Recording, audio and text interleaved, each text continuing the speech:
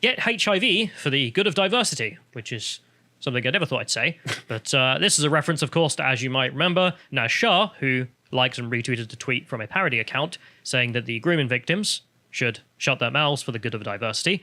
And so that's the Labour Party for you. She was put in charge of women's inequalities after that, which is telling. But anyway, we now have the Conservative version, which is get HIV for the good of diversity. So if we can go to the next one, if we scroll up on this, a tweet from Sajid Javid, the Health Secretary. Today, I'm making blood donation more inclusive by removing the question on sexual activity in sub-Saharan Africa asked in the donor safety check. This will reduce health disparities and save lives as more people will be able to donate. Right. Slightly doubtful of that. I don't know where they're getting the save lives part The from. idea that you'll get more blood, but we'll get into that in a minute. I just want to scroll down and see the commenter here because I had to include him. Oh, wow. Congrats. Amazing. Now to finally have inclusivity over safety. Pathogen diversity is our strength. Love it. Oh, sorry. Just a very good put down. Anyway, so let's go to the article itself. As you can see, that got ratioed. So what is his argument for why you should get HIV for the good of diversity? Must be a strong argument. Yeah. So here he answers in here. Blood donation to become more inclusive. A question on sexual activity of partners in areas where HIV is widespread, including sub-Saharan Africa, will be removed from the donor safety check form. So currently, you're asked if you've had sexual relations with someone from a HIV hotspot, as is That reasonable. sounds perfectly fine to me. Yeah, and they've decided that they're not going to do that anymore because inclusion. Right. These people get far too offended. They write in the bullet points, change is based on the recommendation following the latest scientific evidence. I believe that. Changes will have no impact on the safety of blood donated in the UK and will allow more people to make life-saving donations. And they give us the current system. Currently, prospective donors are asked if they have recently had sex with a partner who may ever have been sexually active in an area where HIV is endemic, which includes most of sub-Saharan Africa. If they have, the donor will be deferred for 3 months from their last sexual contact with that partner. And then after the 3 months, presumably, they can then come back and have a check or something like that. And that seems perfectly reasonable, but no, that's bigoted because... Of course it is. Brown people most affected. Okay. Yep. So he continues. People who are Black African, Black Caribbean, and of Black mixed ethnicity are more likely to have a rare blood subgroup such as RO. I don't know anything about blood, so I'll just assume yes. That many Black sickle cell patients also need. Other questions remain on the donor form to ensure individual high-risk behaviors, including recent travel to countries with HIV, where it is endemic, are picked up by those donors and then deferred from donation. So that's the bit I find interesting. That there's the claim that this is scientifically fine because we're going to check the blood anyway. Right. So if someone's travelled to a HIV hotspot, they can't donate. They have to be deferred for 3 months. But if someone's had sex from someone with that hotspot, then no. The risk is not reasonable. These things aren't transmitted by sex, Callum. I just can't go over his yes, the scientific evidence shows having sex with someone from a HIV hotspot is fine, but travelling to it, that's not fine. And there's never been any historical pandemics related to HIV, as far as I'm aware, sexually transmitted or otherwise. Through the needle sharings of blood transfusions or all the rest of it, China, Russia, anyway. So, obvious nonsense by the riddle there. I mean, riddle me this. I mean, how is it that travelling to a HIV hotspot is risky enough for you not to give blood, but having sex from someone with a HIV hotspot is not? Maybe they're taking the COVID approach with it. If it's passed through the air, then definitely needles. Yeah, but also the fact that he's yes, for diversity, comrade. Anyway, in June, further progress towards greater equality was made through the landmark change to blood donation by lifting a ban on deferral of men who had had sex with men in the last 3 months. So again, for the sake of equality, if you have had homosexual sex and you're a male, even though you're more likely to have HIV, don't care. Just going to go ahead anyway, because equality. Rightio. Thanks. I suppose the more people have it, the more inclusive it is. Yes. Yes, exactly. I mean, Chad, yes, from Savage Javid over there. Exactly. Anyway, so there's him. If we go to the next one here, the Conservatives are also being very conservative elsewhere, of course. So this is, I can't remember how you say his name, Nadim Sahawi. So not enough black head teachers in England, says Nadim Sahawi. Right, so more equality of outcome doctrine here by the Conservatives. Fantastic. He says in here, I'd go further, he says, school leadership is not representative when it comes to race. And as you say, there aren't enough black head teachers. I'd go further and say there aren't enough black leaders in the civil service and higher echelons of departments across government, and we need to do better there as well. I really do think it's critical that teaching is an inclusive profession. Schools and their leadership teams should reflect the communities and their pupils. Why?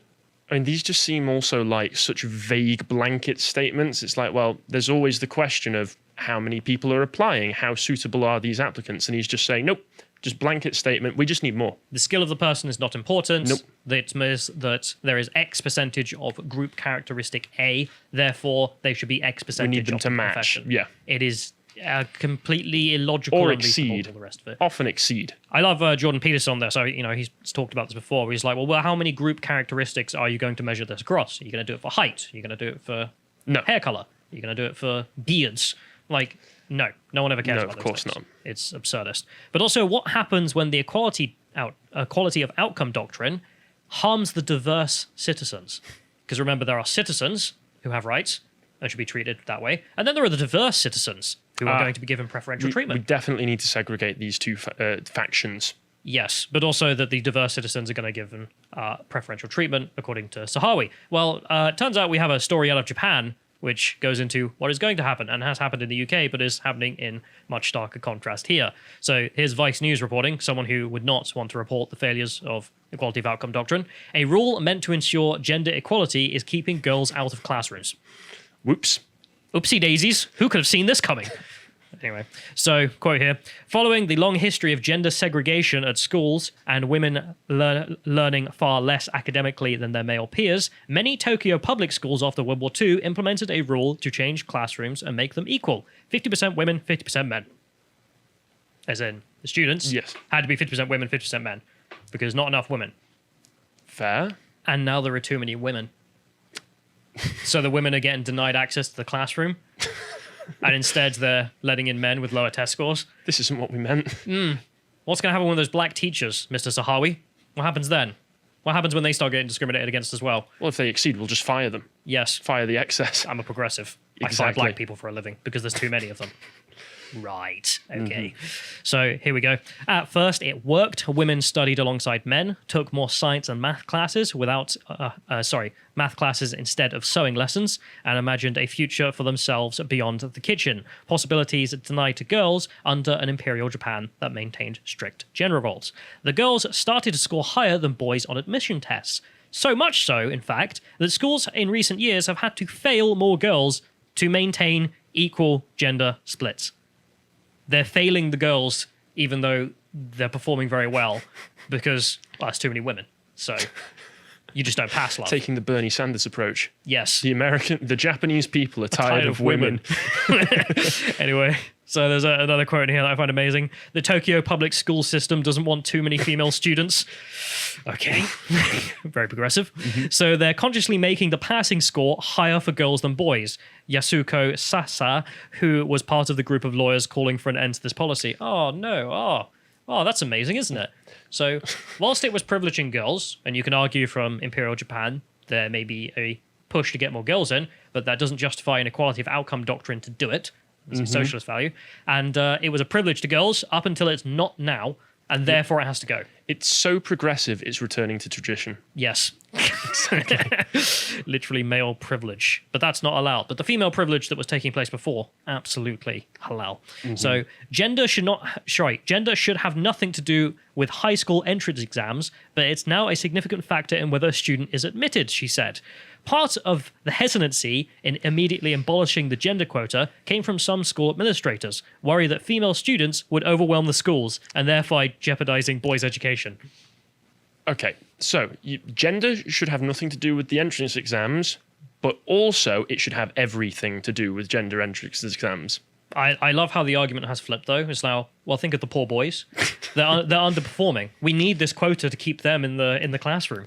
Yep. Yeah, but you see this again with, as I mentioned, with Sahawi's case, which is I think it was Trevor Phillips arguing that the white boys who are underperforming in education, careers, all the rest of it, as the race report showed, well, now we need positive discrimination for them. And it's like, Trevor, how did we get into this mess? Yes. Dum-dum. Maybe we don't need to discriminate in any way, Yeah. positive or negative. Maybe equality of outcomes a load of bunk, and we shouldn't have done this, but they Well, continue. meritocracy is racist, don't you know? Yeah. So then you get Sahawi there and Savage Javid insisting on outcome for HIV and also black teachers.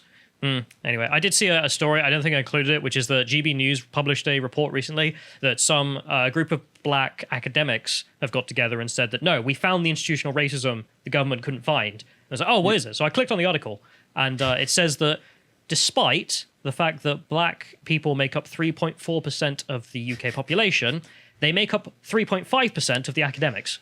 Yes, I saw this as well Sorry, the earlier. professors. Yeah, professors. So yeah. 3.4% of the population, but 3.5% of professors. So congratulations, job done. You've exceeded. But therefore discrimination against black people. It's like, what do you mean against? We literally now have to fire 1.1% of the professors for being black, according to your logic. Okay. I love John, as I mentioned before, his 100% diversity quote. That's what the aim is. We need 100% diversity. I mean, they don't state it out loud per se, but in all practicality, that is what they're going for. Yes. Yeah. Anyway, moving on from that. So I thought I'd mention some other stuff that I just found particularly funny. So let's go through this. So this is Police Scotland verified checkmark, because Scotland is the insane asylum of the world at this point for progressivism.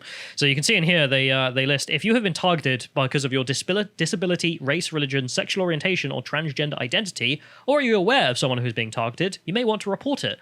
And a lot of people didn't like this. I wonder if you can guess why.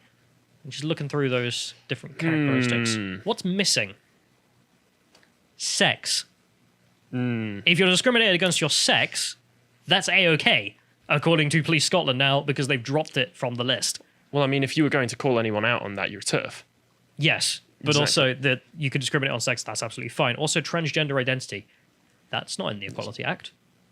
Not that I'm aware of. It's not there. So if we go to the next one, I think we have the legislation itself. So this is the Equality Act 2010, and as you can see, the protected characteristics listed. They miss out age, sex, pregnancy and maternity, marriage and civil partnerships, because who cares about them?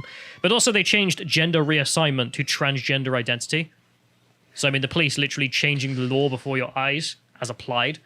Well, I mean, that just goes with this whole transition, so to speak, from it being, well, yes, you need the mental illness, you need to have the full surgery, you need to have everything to go along with it, to just say it, bro. I mean, just I believe. Yes. Therefore, I mean, the gender reassignment being you're actually undertaking this, and not just because. I just think I am. I believe. Anyway, It's not a trend, mum. found that funny. But I thought we'd also give the Conservatives a very, very small clap, because they only deserve the smallest of claps for this, and you'll get why. So this is Guido Fawkes reporting, government's quiet rule change doubles down against ultra-woke LGBTQI BLMA plus flag. I love how they added just all the letters. You got BLM in there as well. So here's the story. Back in June last year, Guido noted that specific permission is only given for public buildings to fly, quote, the horizontal striped rainbow flag, such as the pride flag, and any other variations is theoretically outside of the law. Following a bout of woke councils and government departments beginning to fly the super woke LGBTI BLMA plus flag, I'm going to run out of letters. Take a breath. Robert Jenrick has clearly had enough. An SW1 source at the time came out of conference to a nod at Guido in the direction of interest of the amendment, quietly made by the former local government secretary in July, changing the wording of the government's rules to overtly specify, quote, the rainbow flag, open brackets, 6 horizontal equal stripes of red, orange, yellow, green, blue, and violet. Those are the one you're allowed to fly, not allowed to fly the racial pride flag with the, I don't know, what do you call it? Phalanx coming in there. Yes. Moving the original flag to the corners, and also the black and brown stripes being segregated, because black and brown people deserve to be segregated, because that's progressivism for you. Righty-o. Anyway, so they also say in here, any civil servant who knowingly broke this law can also lose their pensions forever, which is fantastic. I mean, the bare minimum here. But I also love that it's literally the meme. The conservative pride flag. Like, the Conservatives are literally claiming the conservative pride flag, as in I'm the conservative, don't worry, I don't use the racial pride flag. I use the normal pride flag. At this month, at this point, any meme, just wait 6 months and it'll be fact. Like South Park is all becoming reality at this point.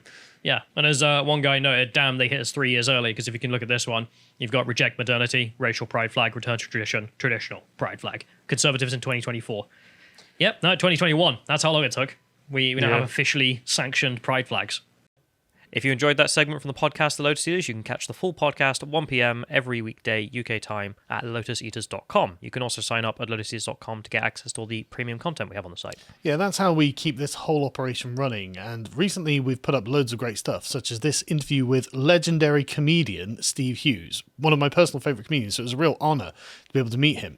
But one thing that I didn't expect, that he would be such a deep thinker, and this podcast is genuinely like a meeting of minds in a way. He was right on my wavelength on a bunch of things and helped me actually connect a bunch of dots, but I'm not going to carry on and spoil it. We also, of course, have lots of interesting articles that have been written, such as this one by Josh about the dumbest country on earth. And for for silver tier subscribers, we also include a link, so it's we have an audio reading of it from a chap called Jonathan, who has a very smooth voice that you will enjoy. And this is great because often I don't have time to read all of the articles we put up, because we've put up a lot of regular content. And so this saves me the hassle of having to read it myself. So I really actually am very appreciative of this feature on a personal level. But we also do the Contemplations and Epochs, which are just interesting podcasts about interesting things. These are regular weekly podcasts. So this one is one of our writers, Josh, he's got a master's degree in psychology, talking about theories of intelligence and how they matter. And of course, we've got the Epochs, where myself and Bo, or in this case it was Josh and Bo, talking about the life of Sir Francis Drake. So that's 2 solid hours talking about England's most notorious adventurer. But we've also got lots and lots of other ones. This is number 21, so there's a good back catalogue there. And finally, we have our book clubs, and this is the part that I'm most proud of. Recently, we've done Shooting an Elephant by George Orwell, and Reflections on a Ravaged Century by Robert Conquest. Yeah, Robert Conquest is fantastic. Just if you want Western chauvinist historian, he's your man. Anti-socialism. Yes, in all forms, it's fantastic. And like I said, that's what keeps the podcast running. So if you want to become a member, thank you very much, and we think there's some great stuff you'll enjoy.